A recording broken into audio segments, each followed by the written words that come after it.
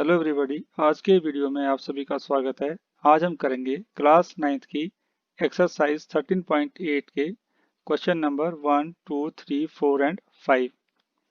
इन क्वेश्चनों को करने से पहले हम थोड़े उन फार्मूलों को रिवाइज कर लेते हैं जो इन क्वेश्चनों को सॉल्व करने के लिए प्रयोग में लाए जाएंगे। तो गोले का पृष्ठीय क्षेत्रफल होता है 4 पाई आर स्क्वायर और अर्धगोले का वक्र पृष्ठीय क्षेत्रफल होता है 2 पाई आर स्क्वायर। अर्धगोले का कुल पृष्ठीय क्षेत्रफल होता है वक्र पृष्ठीय क्षेत्रफल प्लस जो वृत्त बनेगा पाई आर स्क्वायर, यानी कि 3 pi R square. Pi 2 pi R square वक्र पृष्ठीय और पाई आर स्क्वायर वृत्त का क्षेत्रफल जो अर्धगोले के ऊपर होगा, और कुल हो गया इसका 3 पाई आर स्क्वायर। तो गोले का आयतन होता है 4/3 पाई आर क्यूब। अर्धगोले का आयतन होगा 2/3 पाई आर क्यूब। अब हम क्वेश्चन करते हैं। हमें कंडीशन दी गई है कि जब तक अन्यथा न कहा जाए पाई बराबर है 22/7 लीजिए। फर्स्ट क्वेश्चन है, उस गोले का आयतन ज्ञात कीजिए जिसकी त्रिज्या निम्न है। फर्स्ट है 7 सेंटीमीटर और सेकंड है 0.63 मीटर। तो फर्स्ट पार्ट करते हैं। गोले की त्रिज्या बराबर है आर, कैपिटल आर बराबर है 7 सेंटीमीटर है, ये में दिया गया फर्स्ट पार्ट में। तो गोले का आयतन होता है 4/3 पाई आर क्यूब। हमने आर की वैल्यू पुट करनी है इसमें, और कुछ नहीं करना है। और पाई की वैल्यू तो 4/3 पाई हमने लेना है 22/7 जैसे हमें दिया गया था। तो 4/3 इंटू 22/7 गुना 7 गुना 7 गुना 7 सेंटीमीटर क्यूब। आयतन है इसलिए क्यूब होगा, यानी कि इसको सॉल्व करके आएगा 4312/3 सेंटीमीटर क्यूब। अब 1437 सही 1/3 सेंटीमीटर क्यूब, ये हमारा आएगा इसको हल करके।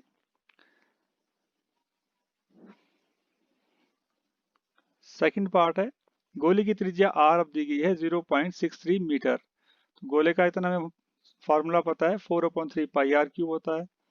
तो इसमें वैल्यू पुट करेंगे 4/3 गुना 22/7 गुना 0.63 गुना 0.63 गुना 0.63 मीटर क्यूब। ये हो जाएगा आपका 4/3 गुना 22/7। 0.63 को हमने भिन्न रूप में लिखना है, तो ये बन जाएगा 63/100 into again 63/100 into 63/100 metre cube. इसको सॉल्व करके आएगा 88 गुना 3/100 गुना 63/100 गुना 63/100 मीटर क्यूब, यानी कि हो जाएगा 1.047816 मीटर क्यूब। इसको हम ले लेंगे अप्रोक्सीमेट 1.05, क्योंकि देखिए 7 4 के आगे कितना है 7 है। 7 जो है 5 या 5 से बड़ा है, तो जो इसे पीछे वाला अंक हो उसमें हम एक अंक जोड़ देते हैं, तो ये हो जाएगा 4 की जगह हो जाएगा 5। फिर इस तरह हम इसको करेंगे, यानी कि हमारा बनेगा अप्रोक्सीमेट 1.05 मीटर क्यूब। उस ठोस गोलाकार गेंद द्वारा हटाए गए या विस्थापित पानी का आयतन ज्ञात कीजिए जिसका व्यास निम्न है। नंबर 1 28 सेंटीमीटर है या फिर 0.21 मीटर है। तो गोलाकार गेंद का व्यास हमें दिया गया है 28 सेंटीमीटर। तो गोलाकार गेंद की त्रिज्या क्या होगी, व्यास का आधा, यानी कि 28/2 बराबर है 14 सेंटीमीटर, क्योंकि व्यास जो है 2 गुना त्रिज्या होता है।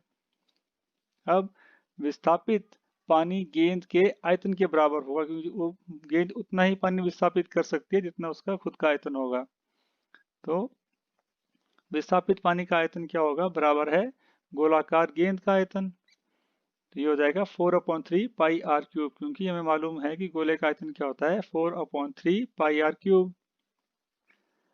अब हो गया 4/3 इंटू 22/7, आर कितना है हमारा 14। यहाँ थोड़ा ये क्वेश्चन इसलिए दिया गया, डायमीटर व्यास दिया गया है, तो उसको पहले त्रिज्या में निकालनी है हमें, उसके बाद गलती से भी 28 नहीं करना है, क्योंकि वो डायमीटर होगा, उसका व्यास होगा, त्रिज्या होती है यहाँ पे 4/3 पाई आर क्यूब है। तो त्रिज्या है 14 गुना 14 गुना 14 सेंटीमीटर क्यूब। ये हो जाएगा 88/3 गुना 2 गुना 14 सेंटीमीटर क्यूब। तो इसको हल करके आएगा हमारा 34496/3 centimetre cube, which is equal to 11498 से ही 2/3 सेंटीमीटर क्यूब। दूसरे में दिया है गोलाकार जो गेंद का व्यास दिया गया है 0.21 मीटर दिया गया है। तो गोलाकार गेंद की त्रिज्या कितनी होगी, व्यास का आधा 0.21/2, क्योंकि व्यास क्या होता है 2 गुना त्रिज्या होता है। तो विस्थापित गेंद का आयतन, गेंद के आयतन के बराबर जो है विस्थापित पानी जो होगा क्या होगा, गेंद के आयतन के बराबर होगा। इसलिए विस्थापित पानी का आयतन बराबर है गेंद का आयतन होगा। तो वो क्या होगा 4/3 पाई आर क्यूब। गेंद का आयतन क्या होता है, गोले का आयतन होता है 4/3 पाई आर क्यूब। अब इसमें वैल्यू पुट कर देंगे 4/3 इंटू 22/7 गुना 0.21/2 गुना 0.21/2 गुना 0.21/2। ये हमारा हो जाएगा 11 गुना 441/100 गुना 100 गुना 100, क्योंकि यहाँ से जो है इसको हम भिन्न रूप में बदल देंगे, 21 को 21/100 कर देंगे, फिर इस तरह से सॉल्व करने के बाद हमारे पास ये आएगा। तो ये बन जाएगा हमारा 0.004851 मीटर क्यूब। तीसरा क्वेश्चन है धातु की एक गेंद का व्यास 4.2 सेंटीमीटर है। यदि इस धातु का घनत्व 8.9 ग्राम प्रति सेंटीमीटर क्यूब है तो इस गेंद का द्रव्यमान ज्ञात कीजिए। हमें धातु की गेंद का व्यास दिया गया है 4.2 सेंटीमीटर। तो धातु की गेंद की त्रिज्या कितनी होगी 4.2/2 सेंटीमीटर, व्यास का आधा which is equal to 2.1 centimetre. और धातु का आयतन क्या होगा 4/3 पाई आर क्यूब। ये हमें फार्मूला पता है। अब हमने सिर्फ वैल्यू पुट करनी है इसमें। आर जो है यहाँ पे त्रिज्या होती है गोले की। तो ये हो गया 4/3 into 22/7 into 2.1 into 2.1 into 2.1 centimetre cube. ये हो जाएगा आपका 88/21 गुना 21/10 गुना 21/10 गुना 21/10, क्योंकि इसको हमने बदल दिया है 2.1 को भिन्न रूप में। इसको हल करके हमारा आएगा 38.808 सेंटीमीटर क्यूब। तो धातु का घनत्व कितना दिया गया है 8.9 ग्राम प्रति सेंटीमीटर क्यूब दिया गया है। तो 1 सेंटीमीटर क्यूब कितने के बराबर है 8.9 ग्राम। तो 38.808 सेंटीमीटर क्यूब कितना होगा 8.9 इंटू 38.808 ग्राम के बराबर। यह आएगा हमारा हल करके 345.3912 ग्राम। इनकी हो जाएगा 345.39 ग्राम, क्योंकि ये 1 है, 1 जो है 5 से कम है तो इसको हम वही डिजिट रखेंगे यहाँ पे। फोर्थ क्वेश्चन है चंद्रमा का व्यास पृथ्वी के व्यास का लगभग 1/4 है। चंद्रमा का आयतन पृथ्वी के आयतन की कौन सी भिन्न है, ये हमें निकालना है।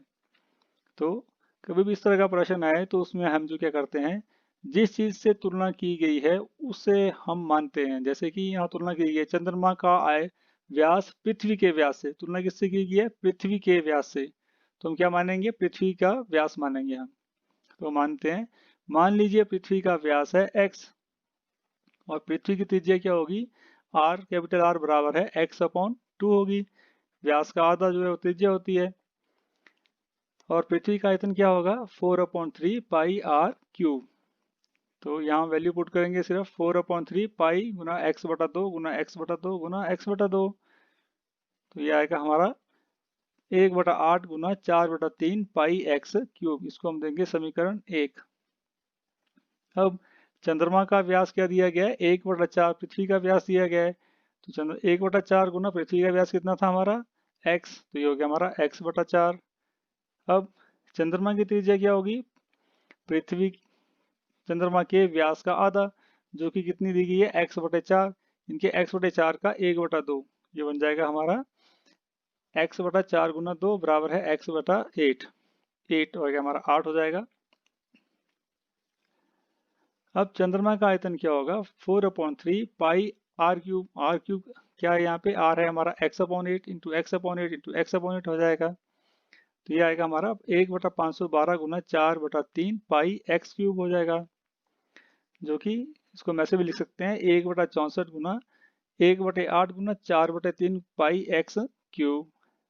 अब 1/64 गुना पृथ्वी का आयतन, ये जो हमारा आयतन है एक को प्रयोग करेंगे तो हमें लगे पता है कि एक में क्या था 1/x गुना 4/3 पाई एक्स क्यूब क्या था हमारा पृथ्वी का आयतन। तो ये हो गया 1/64 गुना पृथ्वी का आयतन। तो चंद्रमा का आयतन पृथ्वी के आयतन का जो है 1/64वां भाग है। या अब हम करेंगे क्वेश्चन नंबर 5। इसमें दिया गया है व्यास 10.5 सेंटीमीटर वाले एक अर्धगोलाकार कटोरे में कितने लीटर दूध आ सकता है। तो ये हमें कटोरा दिया गया है और 10.5 इसका व्यास दिया गया है सपोज कीजिए, और तो इसकी त्रिज्या कितनी होगी, व्यास का आधा इनके 5.25 सेंटीमीटर होगी। आइए फिर इसे हल करते हैं। अर्धगोलाकार कटोरे का व्यास दिया गया है 10.5 सेंटीमीटर। तो अर्धगोलाकार कटोरे की त्रिज्या कितनी होगी 10.5/2, क्योंकि त्रिज्या जो है व्यास का आधा होता है, which is equal to 5.25 centimetre होगा। अब अर्धगोलाकार कटोरे में दूध का आयतन होगा अर्धगोले का आयतन, और अर्धगोले का आयतन का फार्मूला क्या होता है हमें मालूम है, वो होता है 2/3 पाई आर क्यूब। तो इसमें वैल्यू पुट कर देंगे 2/3 इंटू 22/7 इंटू 5.25 इंटू 5.25 इंटू 5.25। अब हम 5.25 को भिन्न रूप में बदल देंगे और इससे मल्टीप्लाई कर देंगे, ये हो जाएगा हमारा 44/3 into 7 525/100 into 525/100 into 525/100 centimetre cube हो जाएगा। इसे सॉल्व करेंगे तो आएगा 44/3 into 7 into 21/4 into 21/4 into 21/4 centimetre cube. इसको हल करके आएगा हमारा 11 into 21/4 into 21/4 centimetre cube, which is equal to 303.187 centimetre cube. हमें क्या दिया गया है कि 1000 सेंटीमीटर क्यूब जो हमें मालूम है कि होता है 1 लीटर के बराबर। तो 303.187 is equal two centimetre cube होगा किसके बराबर 303.187 अपॉन 1000। अब सेंटीमीटर की जगह क्या हो जाएगा लीटर, क्योंकि हमने कन्वर्ट कर दिया है सेंटीमीटर क्यूब को लीटर में। तो हमारा आंसर आएगा 0.303187 लीटर, या नियरली हो जाएगा ये 0.303 लीटर। इतना लीटर दूध जो है वो उस कटोरे में आएगा। अगर आपको वीडियो अच्छा लगा हो तो इसे लाइक शेयर और सब्सक्राइब जरूर करें, और नई नोटिफिकेशन पाने के लिए बेल आइकन को प्रेस करें। And thank you for watching video.